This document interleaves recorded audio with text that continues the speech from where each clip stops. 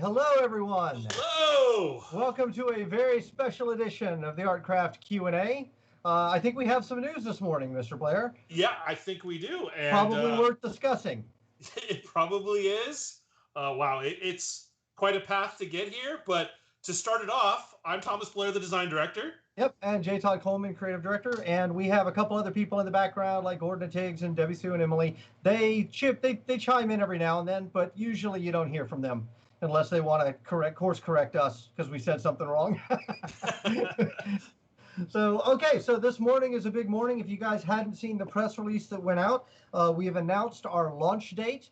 Along with that, we put a couple things out that are pretty cool. One is an animatic, which is basically going to play at the beginning of the game. The goal of that is to basically explain to you a little bit about what's going on in the Crowfall universe. Like, what happened, what's the major conflict, like what went wrong in this universe, and what's your role to play in it, which is really cool. Then we've got thunderstorms in Austin too, so I'll have some nice like occasional backlighting and thunder to accentuate the point. I think it turned out really cool.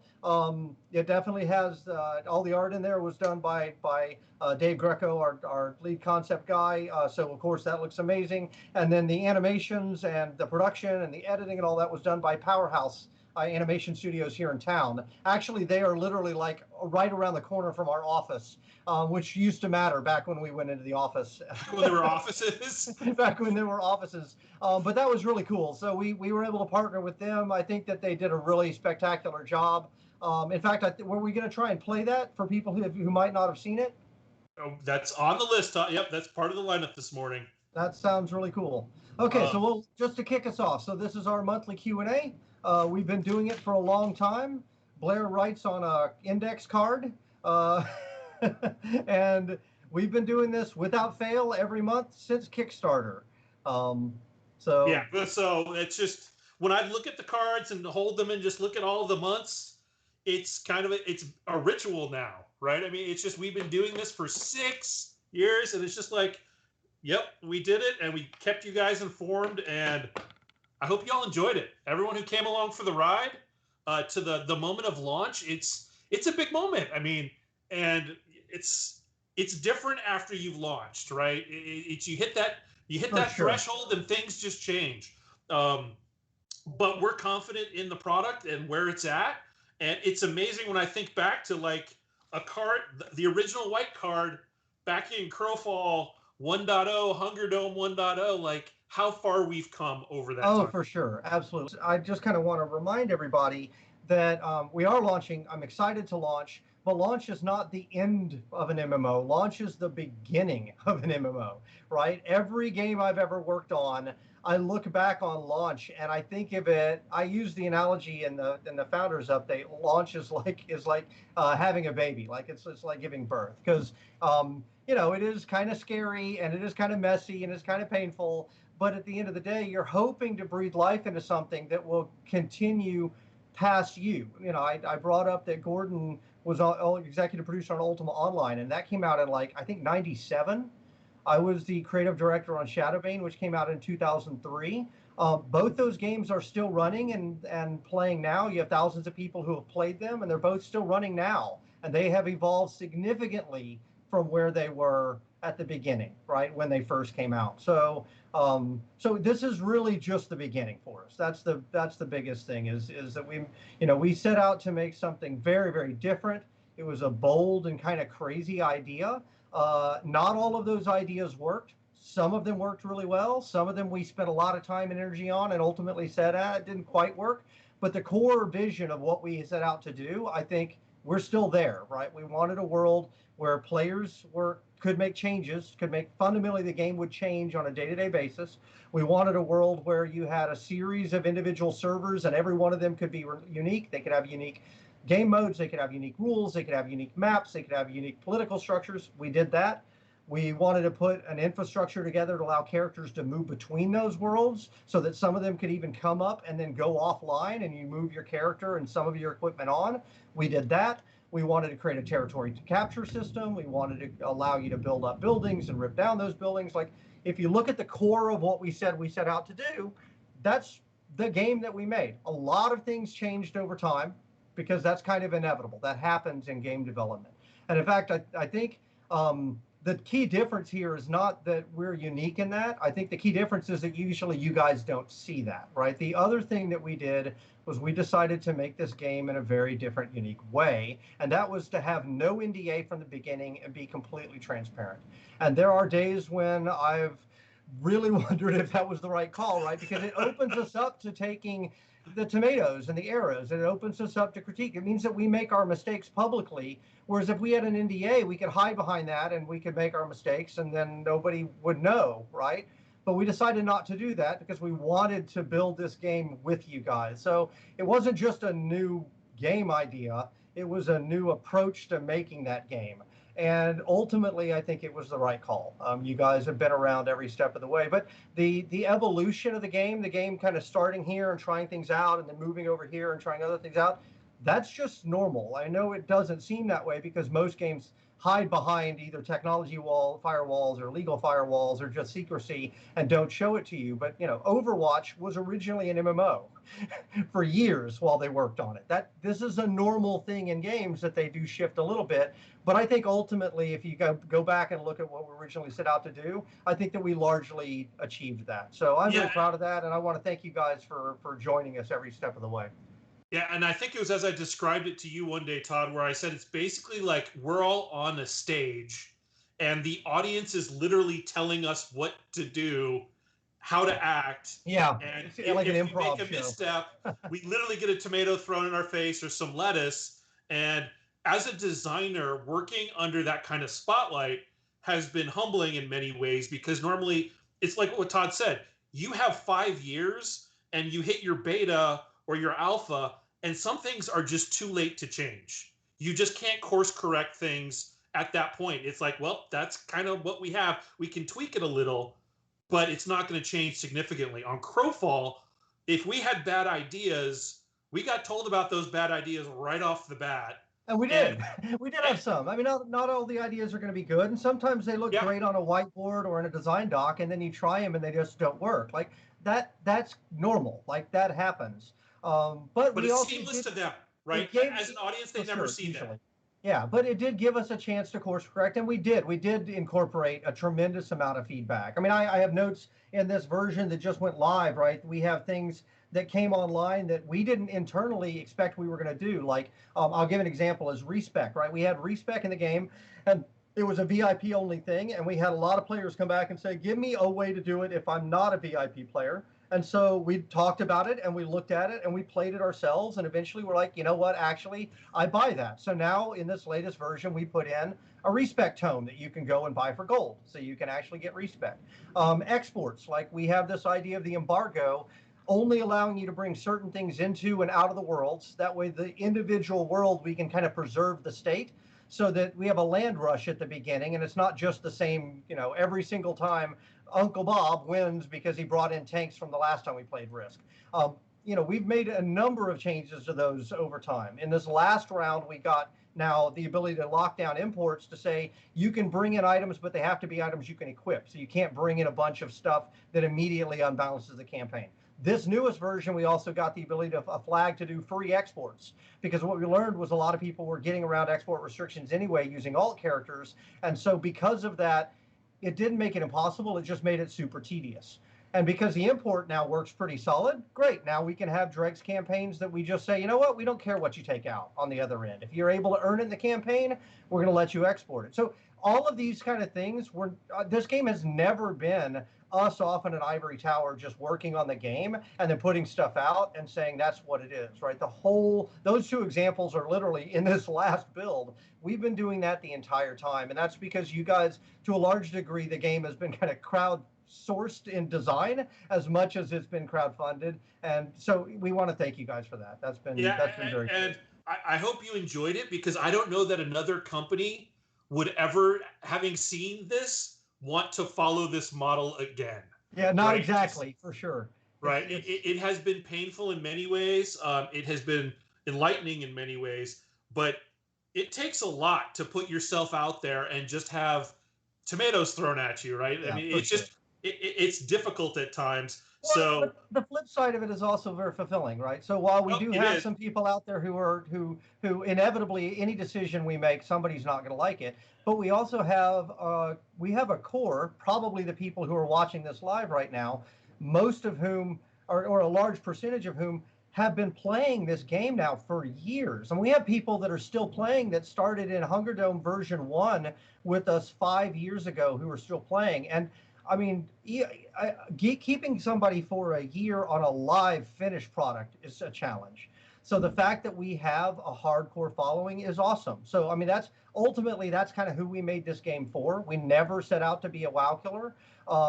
I'd love to find a lot more people like that, but I'm also fine if we end up with a sustaining base that's like, here's our audience, and the audience does love what we built, and they are willing to stick with us forever. That's fantastic. I mean, ultimately, then I will look back and say that this has been a project well worth doing, and I'll feel proud for what we've accomplished.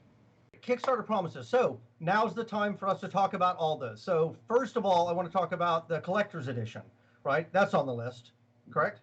Yeah, that's on the Good. list. Because I have it here. Dun dun dun. This one is empty, and you're thinking, oh, it's just an empty box. Well, the reason is because I already took all the goodies out of it, right? And I'm not going to do an unboxing video. We'll save that for some of our streamers to do. But there's some really cool stuff in here, right? We got the comic book, and we've got the Crowfall art book, which is, of course, amazing because so much of the Crowfall art is so amazing. So this stuff is ready to go. If you bought a Kickstarter package that had a collector's edition in it, you need to make sure we have your shipping address. So please get on crowfall.com, log in with your website, make sure that we have your shipping address because these puppies are coming out very, very soon. And if you do want one or you look at it now and go, that looks pretty cool, I didn't get one. I think there are still more up there too. So actually, I say that. I don't even know if that's true. Debbie Sue, is that true? Are we still selling those?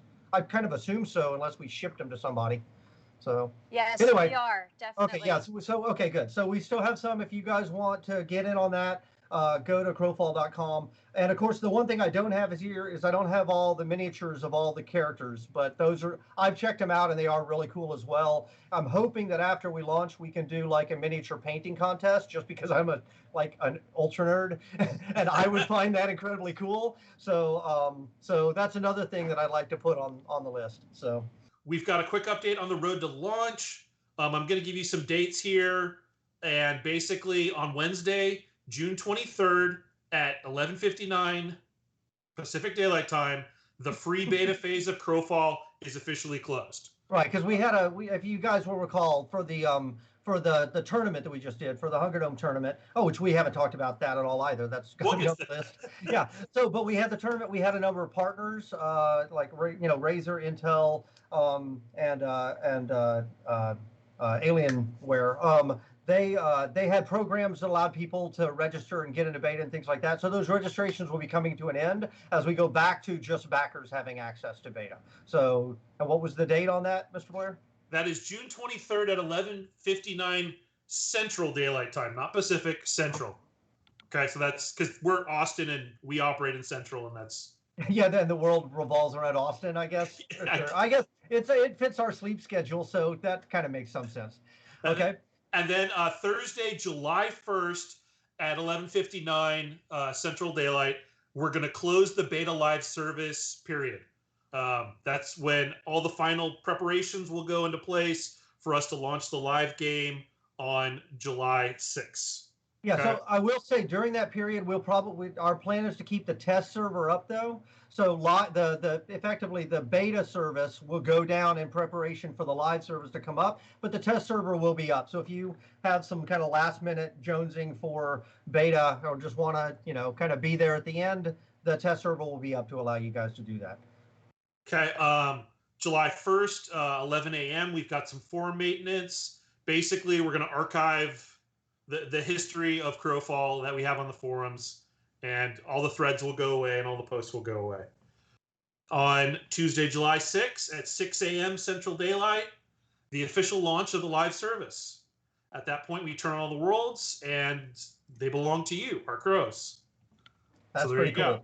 And then the question will inevitably okay, and then when are you going to launch your first dregs, and when are you going to launch this and stuff like that?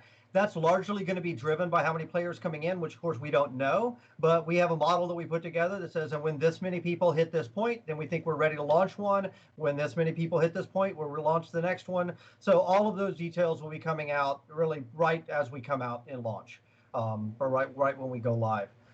So I think that'll be really exciting. Oh, and it does. So I have had questions about, okay, so now what are you gonna do with Hungerdom? So can I jump to that now, or is there more you want to cover? One more piece. Okay, go ahead. Yep. The last piece is our monthly Crow rewards. Because the launch date is out of sync with our monthly Crow rewards, the June Crow rewards will close on June 24th normally, but we're going to extend it out to July 5th. So they're available to all backers who buy the launch product. Okay, so basically, the June reward will be extended right up till the point of.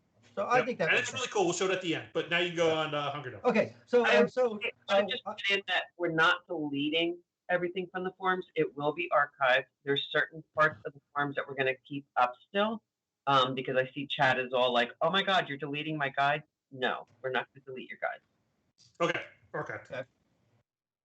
All right, so Hungerdom. So we didn't even get a chance to talk about this. I want to thank everybody for coming out and being a part of the Hungerdom tournament, whether you participated, made it all the way through finals, or whether you just came and watched. It was a pretty cool event. So partly we wanted to have a chance to run an event like that while we were still in beta. And I know that's a little weird because we put prizes on it and stuff like that, but that our sponsors were cool enough to make that possible. So what the hell, let's go ahead and give it a shot. I'm really happy with, and I should give some props to our team, our marketing team and our operations team and our sportscasters and our spectators. Like, you guys did a really bang up job. I think that overall, I'm really pleased with how it turned out. I think it was really cool. I'm glad we had a chance to do one in beta. I'm not announcing that we're going to do another one yet, but at some point in the future, I would love us to be able to go back and redo those. I also think it would be really cool to go back now with our current learning and take another look at the rules, or maybe redo the map, or maybe change up the way that we do, how many teams we do and things like that. Do a smaller map. Like, I have a bunch of ideas for things that I would like to do that I think would be cool with Hungerdom. Hungerdom will be going offline though now until after launch. I think of Hungerdom more as an event. I mean, our main game has always been the MMO, right? That's the main purpose of the game. Hungerdom is kind of a cool event that I think we can do time to time. What we will likely do is mid next month, like after launch, maybe mid to late July, we'll start doing once a month or twice a month Hungerdom nights, where we basically pick a night and say, here's the time window, or it'll because of EU US, we'll probably do 2 time windows as we've been doing, and we'll do the same thing we have been doing, which is we'll open it up, we'll let people come in, they can blow off some steam, they can have some fun, and then the event will be over and we'll go back to the normal game. Eventually, if we pick up enough steam that we need to do more of those windows, then we'll do more of them. I think it's a really cool thing. I love it as a nice, cool event that we can do. I love that you can bring your characters over from the MMO into it, because I think that also creates a really nice little loop between the 2 game modes. But ultimately, it was intended to be an event, so we're not going to keep running those right now for a short period of time at least. We'll pick it up again after launch. So. Okay.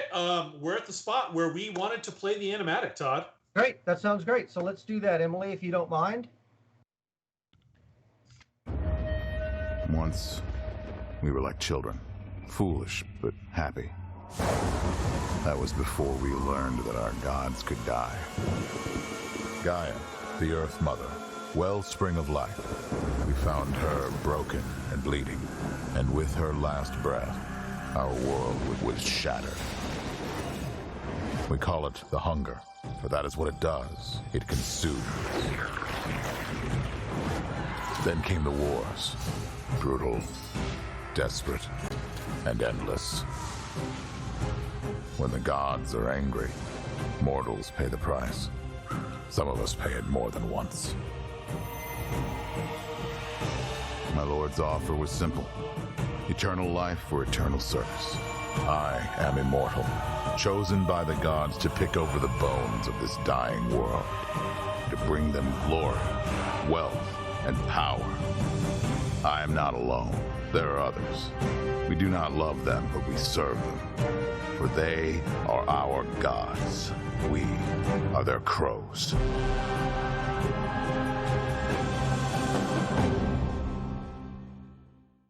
I love that one shot in the animatic, right, where the crow rises up over Malachi's face. I just think that is so cool. There's so many great images in there, and there's so much there's a lot in this game that I'm proud of, but the art style and the story and the narrative is something that I'm definitely I put at the top of that list. I think once you guys see the Art of Crowfall book, I think you'll agree. It just is really, really cool.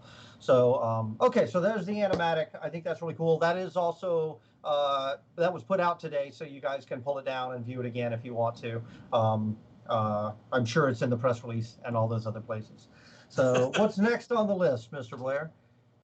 So let's talk about what we did in 6530. That was the next agenda piece. Okay.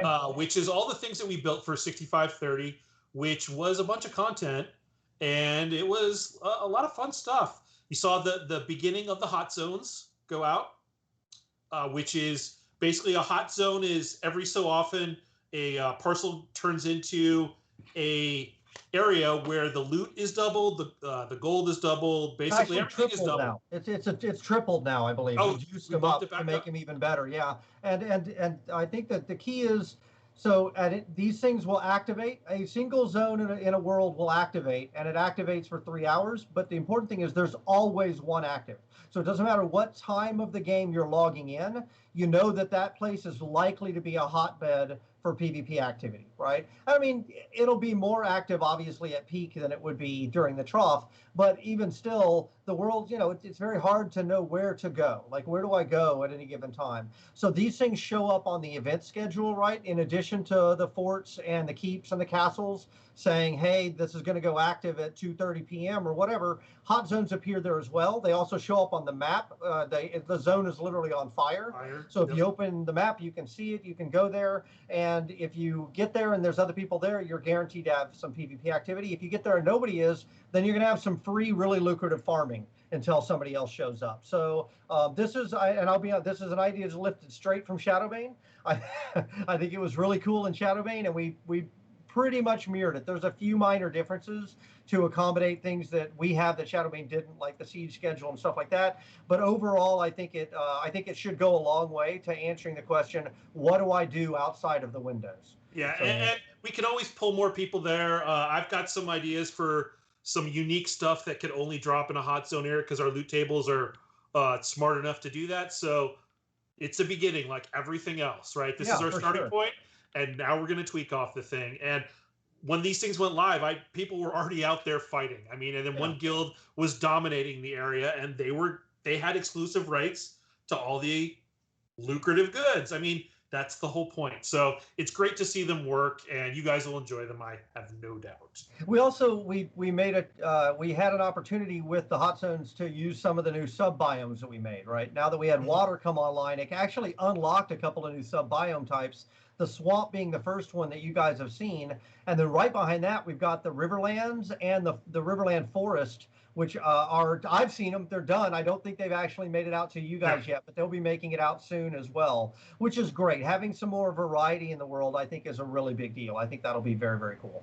Yeah, that's part of the 6540 stuff. And then what else we also got in 6530 was the friends list. Hooray! Yep. You can now see if your friends are online, invite them into groups, which is fantastic.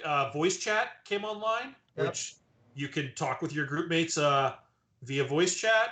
And I think some of these, there are still pieces there on some of these, like voice chat, and the guild management was also part of Friends. There still are some dangling pieces that are coming in 640. I honestly, I can't recall which parts are already out and which parts are still being cooked. There were a few odd pieces that weren't quite in, but those will all be finalized here in this next version. We've got, obviously, the MP saw a large overhaul in the first 3 acts of it. That was huge. Yeah, so now it was originally just 2 chapters. Those were completely redone and fleshed out. We added the 3rd chapter, so now you have Earth Temple, Sun Temple, Moon Temple. And right now we're adding the 4th chapter, which is breaking out the earliest PvP zones for each of those 3 factions. So chapter 4 is coming online. The goal of that chapter is now to bridge people from the early leveling PvE, learn how this game works part of the game, to the strategy game. So it's the kind of that last piece to teach people. So I'm excited to see that one come online. It's where you transition from quest lines to victory cards, for example. So I think that'll be really cool. We saw the implementation of Twitch drops, which I've seen people run around on all their purple Twitch mounts in game. It's pretty cool because it's a lot of fun rewards there. And we worked out all of the oddities of the Twitch drops is a better way to put it. And the biggest thing that generally people don't realize is if you have multiple Twitch windows open, it causes problems with the drops. So just as future, hey, I just want to sit in this stream for drops, it can cause problems with you being able to redeem rewards, and there's nothing we can do about it. But we work with what we got. And you guys got a lot of fun stuff. Everybody enjoyed building that stuff, and then seeing people use it is actually a lot of fun. And actually, I when I mentioned the Hungerdom partners earlier, I accidentally did not mention Twitch, and I really should have, because they were instrumental in helping us actually run the tournament and getting on the front page, which was amazing, and in helping us get the Twitch drops working, which was really, really cool. So I'm glad that you hit that, because it again, my brain has a tendency to skip over details sometimes. It reminded me of one that really needed to be missed, so it gave me a chance to do that. So, sorry, guys. Okay, and then we saw the removal of the chicken ticker or food meter in 6530. That's another one that was driven by players, by the way. It was another one that you and I put in originally because we thought it was cool. I think you liked it from survival games. I liked it because Daiku Mud had it, and I'm an original Daiku Mud player and designer. But ultimately, you guys, the players, didn't like it. But what you did like was the buffs and the crafting profession and the food part. So we kept that, but we lost the actual chicken dicker part, the thing that was gravity. We kind of took away the part about it that you guys found to be annoying, is I think the word I heard most of all. Yeah, I mean, it served 2 different masters, right? There was 2 different design goals behind that. And in the MMO genre, everyone has kind of accepted that foods give you buffs, and that's what they do. Yep. And then over in the survival land, it's basically that gravity as you described. And we wanted to pick one because you really don't want to overload your systems like that too much. Yep. And then the final implementation, which I'm not sure lots of people have seen, have been the daemons in the dregs. Right? We introduced special events where large bosses will spawn, and you definitely know what it is. Yeah, it comes up as an event, right? It announces itself as an event notification. Right, and then when it dies, there's a ghost there, and you get a crazy harvesting buff, and all kinds of resource nodes spawn, and it is yet another way that we're trying to pull people together to create either lucrative rewards or PvP conflict. Right, you're going to find one of those things there.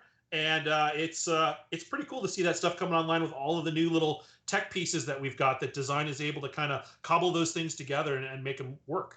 Yeah, I think that's actually a critical point that actually touches on what we said earlier about launch or going live not being the end, but being the beginning, is right. We're now finally getting all of the pieces online to be able to do some of these things that start to add interest to the game. Like this, it wasn't a giant tech ask to go and do that. It was just the designers going, hey, here's a thing that we feel like is missing in the game. How can we achieve it with what we have? And because we have event notifications, we can tie it to that. And because we have the ability to now trigger harvesting spawners based on something dying, we could do it based on that. So I think it's really cool that we are to the point where now we have all the foundation built, right? All the pieces are there. It's a really solid foundation for us to now be able to add things like that for years and years and years to come, assuming that we can find an audience that is willing to go on that ride with us. And I sincerely hope that we can. Cool. And that ends with what we did with 6530, which was another big step forward. I think every one of our milestones this year and last year have just been really big steps forward and stuff to do actually in the game, which is great. And lots of polish and optimization. That is always on our radar, is the optimization and ways we can make the client play smoother and the server behave as well. Cool. Okay, so now we've got the roadmap. Yeah. Let me bring it up real quick. So I'm going to kind of do the same thing I did last time with the roadmap, which is it's basically an update on here's last time so part of what's interesting about developing a game like this that I think people generally don't get, right, is you've got dozens and dozens of people with very different skill sets who are all working on different things, right? So it's not like you just sit down and say, here's the priority list of things that we want to try and get done in the next milestone, because it's discipline based, right? If I decide that I really want to remove the chicken ticker, but the engineers that are responsible to work on that are too busy working on something else, then I can't do it. It doesn't matter if I have 12 artists who are coming available, none of them can do that work. So what you end up having is a whole bunch of different priority lists and things that are constantly bubbling up and going down, especially at this part of the project where it's about bug fixing, and bug fixing. So much of your time is spent bug fixing and polish. And bug fixing, by its definition, you don't know how long it's going to take because you have to find the bug. It's a big problem that you have to solve. Every bug is, like it's a puzzle. So how long is it going to take to fix that bug? I don't know. Engineers will make a guess, and sometimes those guesses are spot on, and sometimes they're too high, and sometimes they're too low, and that's just kind of the normal part of the process, right? So what happens, that means, is that we'll come up with our high-level roadmap, but the roadmap, no battle plan survives engagement with the enemy. Right. Inevitably, that plan doesn't exactly turn out the way you want because, I mean, you might find new bugs that pop up that are super high priority, and it's like, all right, well, I wanted to have Bob working on pulling the chicken ticker, but look, there's a bug in one of Bob's systems, so I guess that got pushed down. So it means that we're always in a kind of process of triaging and reprioritizing and moving things around. And when you guys pitch new ideas like, hey, I want a respec tome. Okay, that actually, we totally get it. That makes sense. Blair, why don't you see if you can work this weekend and figure that out, which happens a lot, actually. How late were you up last night? I did my final check-in last night at like 2:47 a.m. Right, like Blair is one of those guys who gets most of his work done late at night. Whereas I'm an early morning guy. I'm always I get up early in the morning. So anyway, so that's kind of the process that we go through. So going through and taking a look at the roadmap, things inevitably shift around a bit, but we are to the point now where they're not shifting as much because the goal of this version right now really is lock it in, fix the bugs we need to fix, polish the bits that don't make sense to players. I'll give you a good example is we have a whole lot of terms that we use in the game that players may or may not understand. And sometimes those terms are like CC. Okay, well, I know that because I played this other game. I know what CC means. But sometimes they're not. It's like pips. Well, once you get the idea of, oh, there's a little widget and I can have up to 5 pips, you get it. But before that, you're just like, why is this game talking about pips as if I know what that is? It never told me what that is. So in this new version, we have a glossary coming online that you can actually, when you're looking at a mouse over, you can hit a key and a little window will slide out to the left that'll say, hey, all the terms that are on this mouse over, if you don't know what they are, it's going to tell you what they are. Little bits like that, that's what we're spending our time on now, is we have a game. It is a fun and playable game. If it wasn't, we wouldn't have a core following that has been playing this game for years. We need to get more people to understand how that game works and get into it. That's not to say that we won't add to it. I've got a laundry list, as you'll see on the roadmap, of stuff that I would love to have, and I'd love to have it as soon as possible.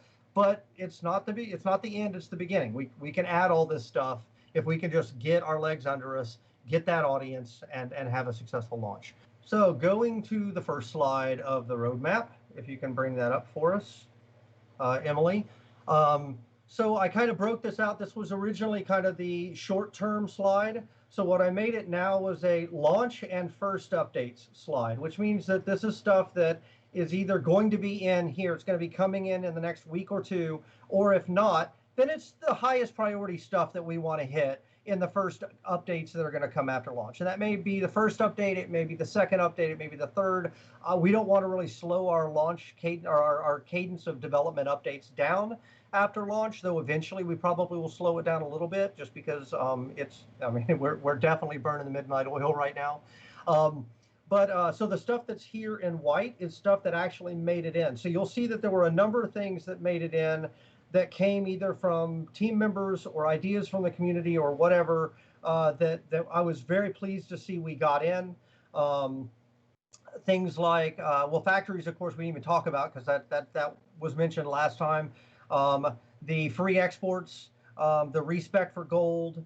We did get increased storage for EKs. That's coming. The hot zones and the demons, which are both for kind of answers to the questions about what do I do during off hours.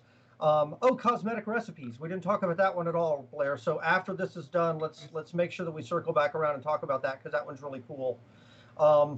Active loot windows for forts. Okay, so this is another one I don't think we've talked about. So we've got a lot of feedback from players that forts are only interesting during the last 5 minutes because once you capture the fort, it spawns loot for you over the period of the next full day. And it would be better if it was active, if that active period was important the entire time. So we flipped the logic on that. Now what happens is a fort, when it goes active, it begins spawning its loot and it spawns it on a timer every 10 minutes during the window. So you have to get there, capture it, and get that loot out of it. And that should drive fighting the entire time. So we actually got that one in as well. Friends and Guilds Management we got in. Of course, I mentioned the update to the new player experience and Chapter 4 of the new player experience, which is coming online. We're finishing that up right now. Twitch drops, voice chat, water, the Riverlands biome. I forgot to put on the chart, but should have the Swamps biome, and there's also a Forest Riverlands biome. And I'm hoping that those will get in too. If they don't get it in by launch, they'll come in the first update. The Glossary, which I think is really cool, and the Quest and Victory card tracker, which they haven't seen yet, but is also coming.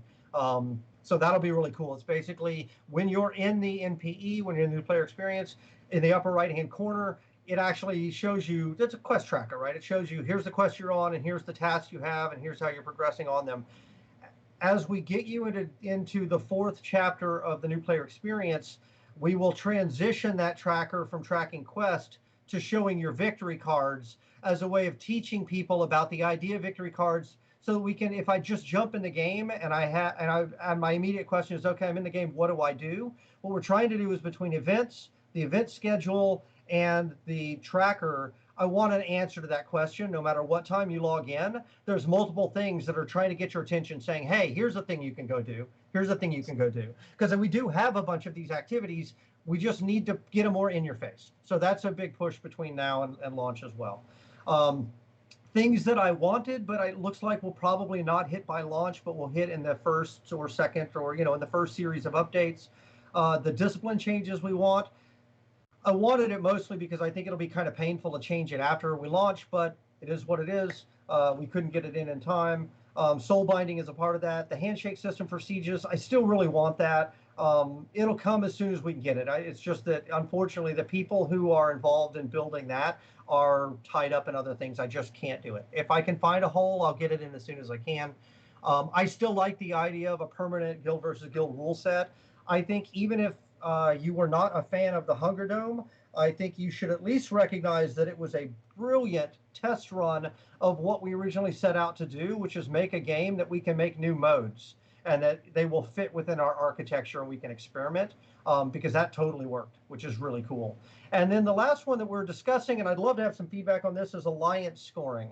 So right now, players are having to do kind of weird and funky things to deal with how their alliances work. Alliances effectively are not scored in conquest points. It just comes down to the guild, which means, what do I want to do? Do I want to then try and find alliances where I'm pushing everything to me? Do I try and create a fake guild that we're all going to actually ally to and we all push the points to that guild? I kind of don't like that stuff. So one of the ideas that we talked about was to have conquest at the end, have the rewards and the win condition effectively sum the points of all the people in your alliance. So what that would mean is you'd have last minute political shenanigans as people would realize the campaign's coming to an end, where they would start to try and convince people to shift alliances. We're not seeing a lot of that right now, frankly. In fact, the alliances kind of tend to maintain themselves from one campaign to the next. And I actually think it's a problem. I've seen any number of times where on a stream, somebody is riding around in the world and they're saying, I can't find PvP. And I'm like, well, fight them. They're like, I'm not going to fight them. They're in my alliance. Okay, well, why don't you fight them? Well, they're also in my alliance. that's not really great for the game because it means that those are PV opportunities being missed. So I wonder if this would be an interesting way to kind of flip the balance a little bit and get people to try it out. The great thing again about our architecture is we could always put that as a campaign rule and try it. And if we like it, then we keep it and we make it the norm. And if we don't like it, then we just say, okay, well, that was another nice experiment, and we drop it. So, so anyway, that's one that I'm kind of leaning towards trying, but I'd love to hear feedback from you guys on whether you think it's worth doing or not. Yeah, and that's always a good sounding bell for us whenever a system has all these steps you have to jump through to use it. It's like, all right, something's going odd here, right? And so we look at it, and when you hear like, oh, I need to do this and this and this and this, and then we can win, and those steps are just bizarre. Also, the second problem, as Todd pointed out, is we've effectively given you a system where you can opt out of PvP with most of the server via the alliance system, right? Because it is boundless, you just tend to form the biggest group that you can. Right, and that's another part that ties into this. I didn't put it here specifically. I think it is on one of my future work slides, was Alliance and Guild caps. Take another look at the Alliance caps. You know, once we have enough actual mass of players, which I really hope we do, obviously, once we have enough mass that we can have different campaigns of different types running, then I think it's easier for us to go in and do things like Guild and Alliance caps. Because if we put in one right now, what we're basically saying is, okay, well, hey, you're a large guild. Sorry, you have to choose who of your friends you can play with. And that really sucks. I've been very resistant to do that, even though there's a lot of benefits to having Guild and Alliance caps, frankly. Being able to have more control over that, not just having it like, it's bring whoever you want. I think I would really like to do it. It just felt like to me it wasn't, that's not where we are right now in development. So I put it on the future list.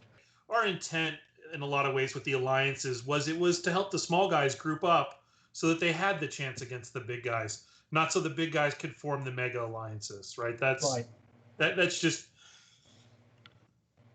it's another thing. And yep, it's another thing. And it's not a terribly hard one. It's just another thing, right? It's just another thing in a laundry list of things. So, okay. So I will say this is also keep in mind that the roadmaps, that this is a living, breathing document. Like, this is not set in stone. Like I said, we change it constantly as people finish work early or other things take too long. We're constantly moving things around. So your feedback has always been a part of that calculation of what gets moved to the top and what gets moved down. So keep that feedback coming, because, you know, if you guys stop telling us, then we won't know. And left on our devices, we'll make calls, you know, because we've got to keep moving forward. But if something is like, hey, this is a real problem, I do listen and I do try to take that into account. So, yep.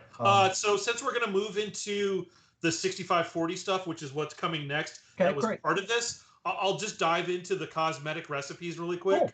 Sounds great. So one of the things that we couldn't do prior to getting code a couple days ago was take an existing item, run it through the crafting process, and do something to it. And modify it, right, for sure. Just do anything to it. Because what would happen is, typically, as any of you who have crafted know, the way our system works is it uses the quality as a multiplier, it bundles up all the stats, and it increases the stats at every single step. So you just can't run something through the crafting process and not increase the stats and or reset it. Right. Basically, we're destroying and creating a new thing, and that new thing always has max durability, and it will have a series of increases of stats along the way. That's how the system works. What we have now is an ability to take an existing weapon that has, let's say, 500 durability left of 2,500 durability. You can run it through, and I can modify that thing. And what that opens up to us is some enchanting style stuff in the future where I can just flat out add stats to that existing item, or I can change the appearance of the thing, which we had to do for one of our Kickstarter awards. For those of you who have the arcane weapon set entitlement, is we've created an item with a shader on it, and you can run your existing advanced crafted item through the process, and boom, you get the new appearance on the other side, and it has the exact same stats and the exact same durability as when you ran it through there. So, and I will say that does not, that the enchantment, we could set it up this way, but we didn't.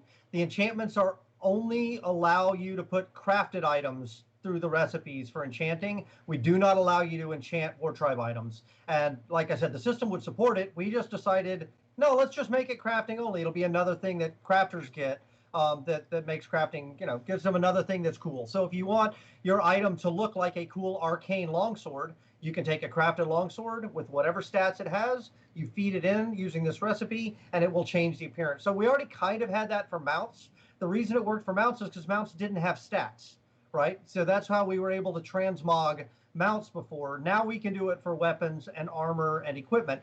So, but here's the stuff that I think in the future is going to be even cooler. We can also do enchantments with this system. So I could take a longsword that was crafted, take it to an enchanter, put a Winter's Rose into it, and what could come out the other end is it adds the vampiric effect, which actually gives me a new power I can load out on my tray, which gives me a life drain once an hour.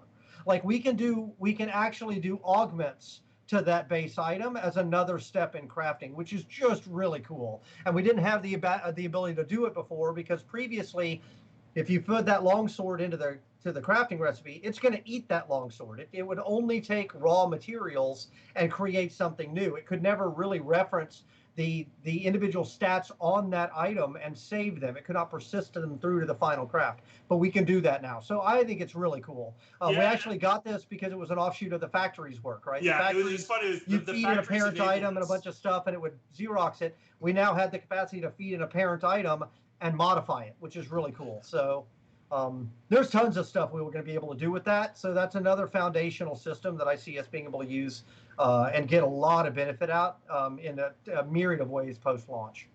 Yeah, in fact, in this update, we also got some final crafting UI updates as well with the header, and will now, most cases, show the item tooltip of what it's going to produce, so you can hover over it. It's just finishing it out, right, and polishing it up. And we have a very robust crafting system that I'm very proud of, and I think that putting these finishing touches on it, for those of you who enjoy that kind of thing, are really going to enjoy it. Okay, so in 6540, Todd already talked a little bit about this. Part 4 to the new player experience, which is going to introduce you to the PvP experience and the strategy game and all the different PvP experiences and Skypoint beyond, and more practice, right? As Todd said, a lot of this is about teaching new people, and I think I heard Dilbo in a stream allude to this the other day, where 90% of Crowfall's players now are veterans and 10% are new people. We need to shift that ratio so we have a lot of new people and they get in there and they just up the level of fun in the world because there's just more people, right? So well, the other part of this is that we have a lot of games. There's a lot of game there that the average person who just comes in and plays Crowfall for just a couple hours doesn't even know exists. Correct. Like they don't even know. They're not exposed to victory cards, so they don't know that's a thing. They're not exposed to some of the coolest stuff in our game, right? The sieging. They just don't. They don't. It's not even a thing for them. They're never exposed to forts or any of that stuff. So so now being able to go through and have the next set, which is it's a shorter quest line. It's not nearly as detailed as the previous ones, but it's bouncing them up against those systems. I mean, there's literally a question that's like, hey, you really should go find and join a guild.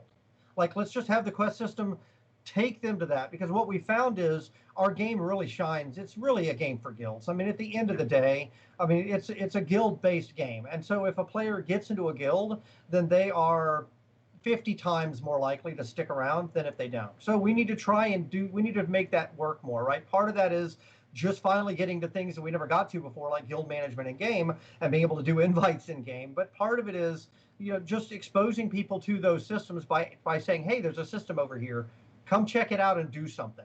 And so I'm excited to see this final piece come into play. I think it should make a pretty big difference.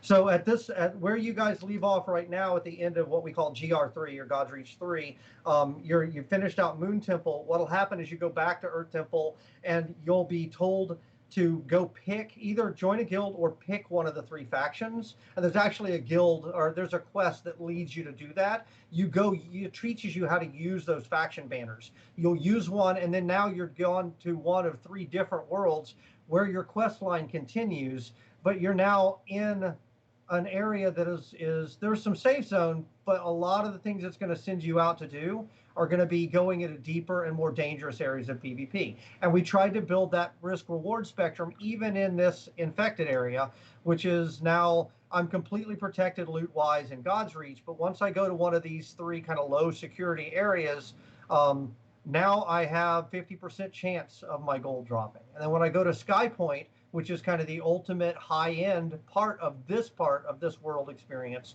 I've got 100% chance. So we're trying to basically lead people into that in a way that hopefully will get them over the hump from the new player experience into the actual game that we built, because there is a lot of game there. Yeah. Same thing with harvesting and crafting and stuff like that, right? We're trying to get more quest lines in to explain how those systems work. We have quests now that are like, go get your next vessel, to teach people how vessels work. A lot of what we're doing right now is just trying to put the pieces in place. I'll give a small example on the UI front, but when I would hit 30th level with my default starting vessel, I'm basically, as far as if I don't know about vessels and nobody tells me about them, I kind of think the game is over. Like, I think I've maxed it. I don't know that there's anything to do. Now the experience point bar will change to say, you've reached max level with your current vessel, go get another one to increase your max level. Oh, there's more to this game. And right. The initial one that we let you do, we let you just go buy it. That's 31st level. That's the white. But then the one past that, now I need to start actually either harvesting and crafting my own, or I need to buy one, or I need to find a guild, or I need to find a crafter to make me one. Like, stair-stepping people into the game we made. That's the biggest challenge between now and launch. And we are doing it. We're getting very close, in my opinion. Because you look at, and the difference again between the vets and the newer players, the vets have just had 5 years to absorb all of this knowledge, right? And the new players, they're just gonna be like, okay, I won, now what? Exactly. So and we know that we won't keep them all. I mean, ultimately, right, we've always kind of known that we won't keep them all. We made a hardcore strategy PvP MMO. That is not, the market is not WoW. It's not the WoW players out there. But at least what I really want is I want the players who are into that game and will enjoy it, I want to get them over the hump into that game so that they can enjoy it. And if we do that, then I think that we'll have a game that we can continue to work on for decades. That's the big challenge we've got in front of us now. But we're close. I believe that we're really close. Yep. And also with 6540, you're going to be seeing basically our final.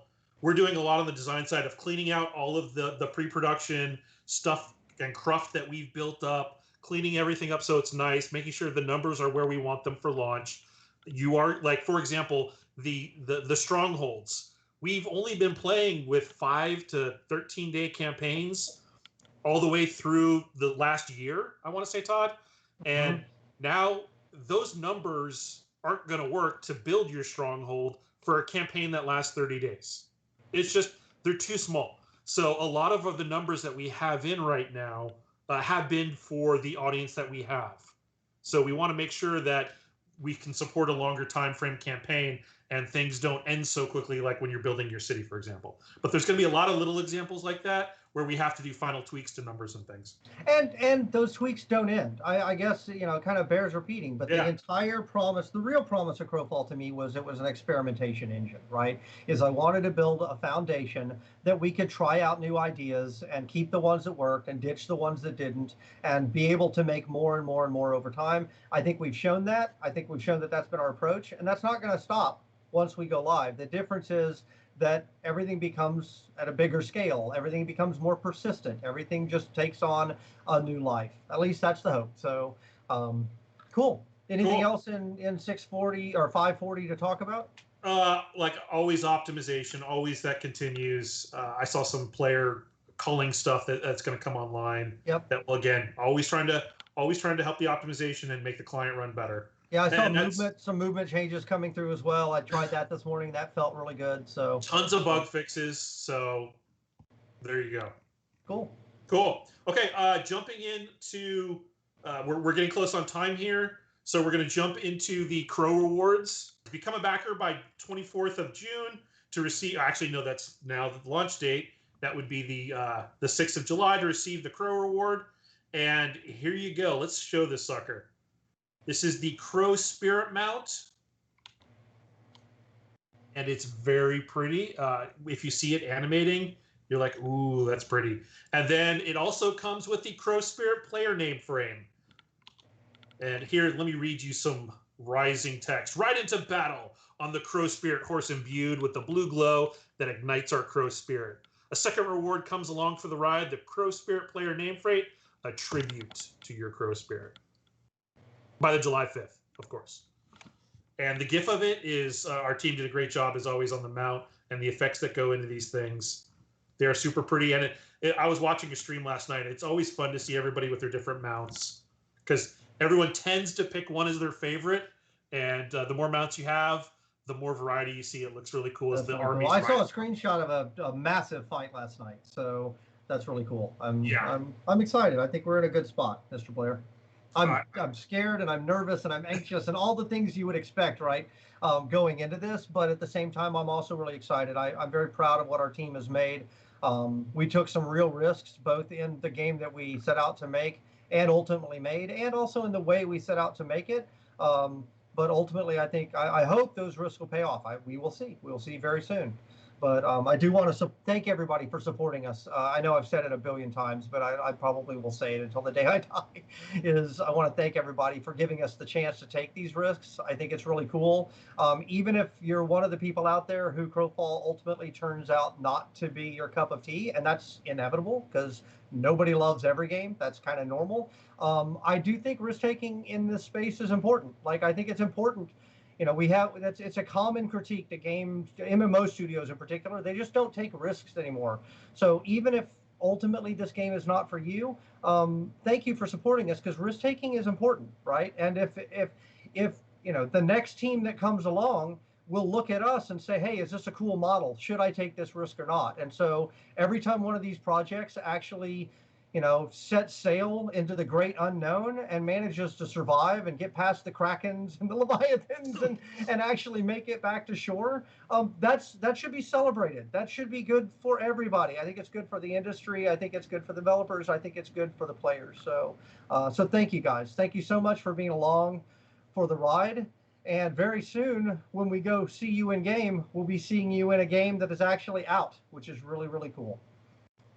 Yes, any future streams we will have launched, right? That's pretty cool.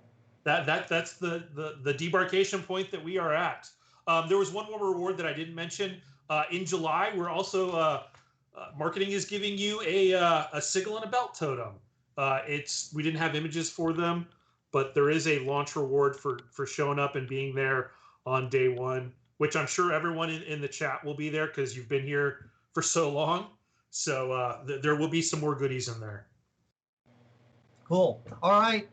Just a reminder, if you have one of these coming to you, make sure we know how to get them to you. Log in and fill out your shipping information. So we want to get these out on the street. So pretty cool. All right. I think that just about does it. I think we're out of time. Yep. So thanks everybody for showing up. And help us get the word out, please. If you think what we did is cool, get out there and let people know, hey, here's a different company doing something different and doing it in a different way, because we really do appreciate the sport. It makes a huge difference. Everyone's in reaction mode now, which is great. And yeah, it's definitely something to make it this far after starting when Crowfall was just an idea on a piece of paper, right? We've been around and been doing this for long.